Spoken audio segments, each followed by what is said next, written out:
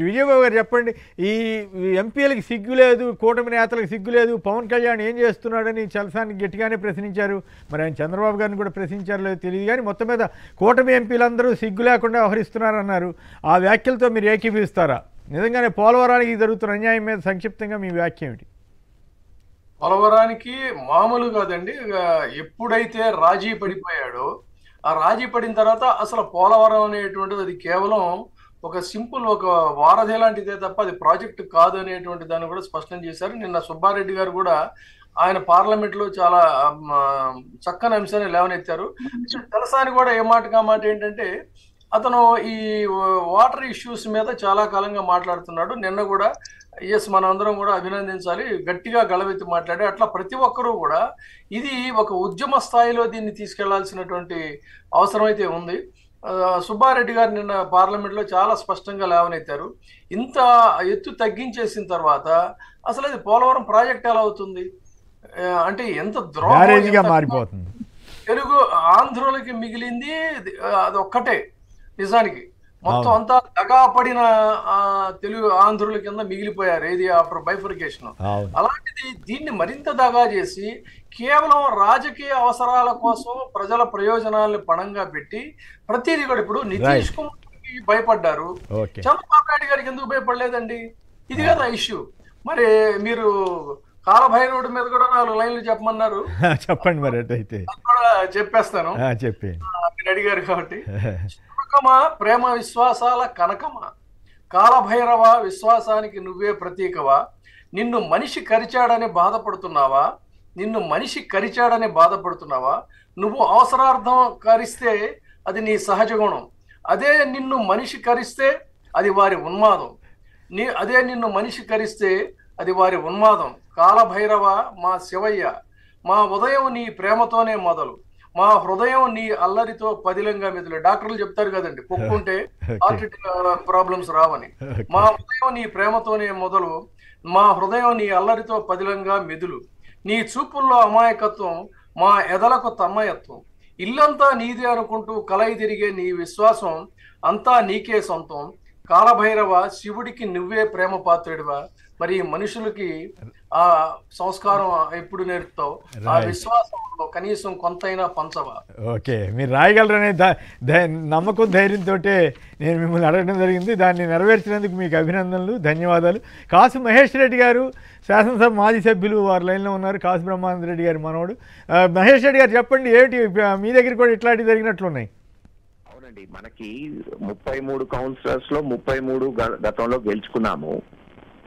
సరే, ఎలక్షన్ ముందు ఒక కౌన్సిలర్ టీడీపీలోకి పోయాడు, కానీ మాకు 32 మంది మాతోనే ఉన్నారు. నిన్న కూడా 32 మంది ఎలక్షన్ కి పోయారు.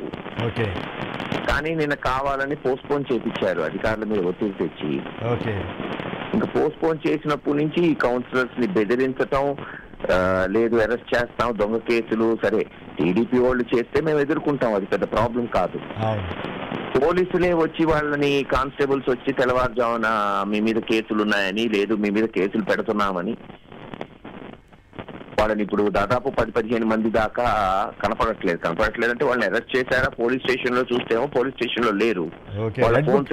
రెడ్ బుక్ పాలన ఎలా ఉంటుందో చూపిస్తున్నాడు లోకేష్ గారు, చంద్రబాబు గారు. చంద్రబాబు గారు లేదంట, అంతా లోకేష్ అని అంట కదా ఇప్పుడు నడుపుతుంది.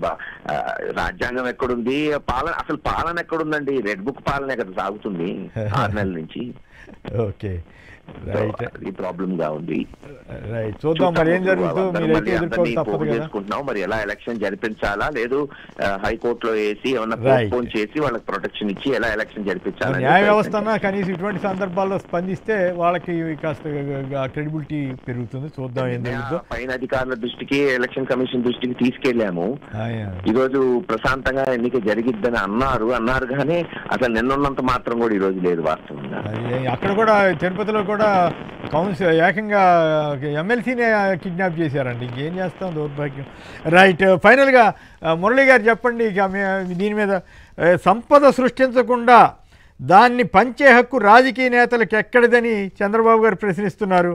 అభివృద్ధిని చౌకబారు అవసరాల కోసం పట్టాలు తప్పించడం సరికాదని చెప్తున్నారు. ఏమంటారు? మీ విశ్లేషణ ఏమిటి దాని మీద? ఆయన ఉద్దేశం ఏమిటి? సంపద సృష్టిస్తున్నది చంద్రబాబు నాయుడు లాంటి వాళ్ళు అనుకుంటున్నారు బాబు గారు. సంపద సృష్టిస్తున్నది ప్రజలే. మన రాజ్యాంగంలోనే చాలా స్పష్టంగా చెప్పబడింది. అసలు 1977లో మా దీని మీద ఒక పెద్ద చర్చ జరిగి రాజ్యాంగంలో సంపద సృష్టించబడే వాళ్ళకి పంపిణీ చేయాలన్నటువంటి హక్కుని రాజ్యాంగం మనకు కల్పించింది. సంపద సృష్టిస్తున్నది ఈ దేశంలో మోదీనో లేదా నిర్మలా సీతారామన్ గారో కాదు, ఈ రాష్ట్రంలో చంద్రబాబు నాయుడు గారు, లోకేష్ కాదు.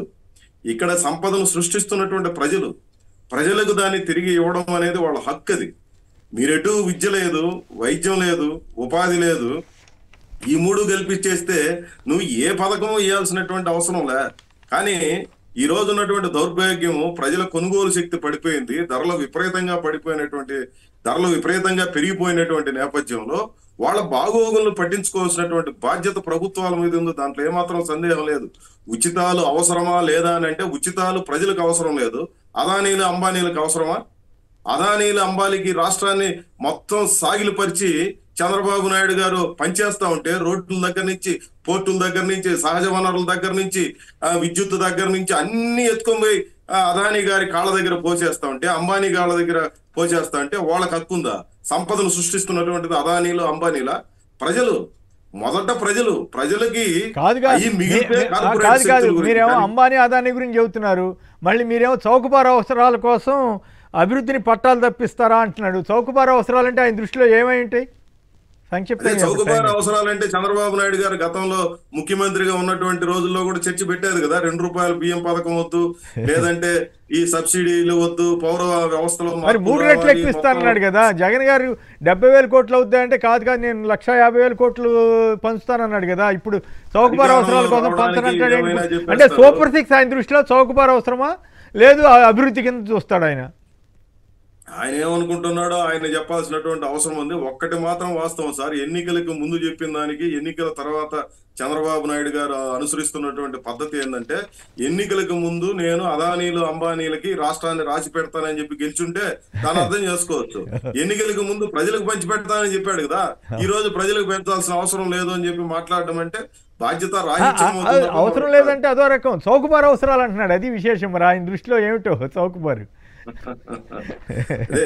ఏమైనా మాట్లాడగలడు ఆయన, నాలుగు మడత పెట్టి ఏదైనా మాట్లాడగలడు. అందుకనే ఆయన క్యారెక్టర్ కి సంబంధించిన సమస్య అది. వ్యక్తిత్వంతో వ్యవహరించాలి. ముఖ్యమంత్రి స్థాయిలో ఉండే ఆయన ఏ రోజు ఏ రోటి కాడ ఆ పాట అన్నట్టుగా ప్రవర్తిస్తే ఏం గౌరవం ఉంటుంది?